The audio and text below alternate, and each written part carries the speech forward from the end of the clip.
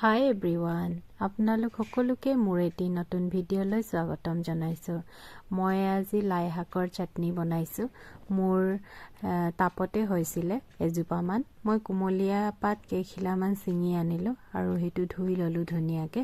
তাৰপিছতে মিহি মিহিকৈ কাটি ল'লোঁ আৰু বইল কৰা আলু এফাল ইয়াতে পিটিকি দিছোঁ আৰু লগতে দিছোঁ পিঁয়াজ এফাল, কেঁচা জলকীয়া, ধনিয়া পাত আৰু সোৱাদ অনুসৰি নিমখ আৰু কেঁচা মিঠাতেল দি দিছোঁ।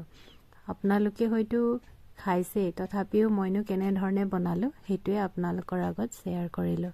আৰু যদি খোৱা নাই এবাৰমান ট্ৰাই কৰি চাব পাৰে, খাই ভাল লাগে। মোৰ ভিডিঅ'টো চাই কেনে পালে কমেণ্ট কৰি জনাবলৈ নেপাহৰিব। আৰু আপোনালোক সকলোকে বহুত বহুত ধন্যবাদ মোৰ ভিডিঅ'বোৰ শেষলৈ চোৱাৰ বাবে।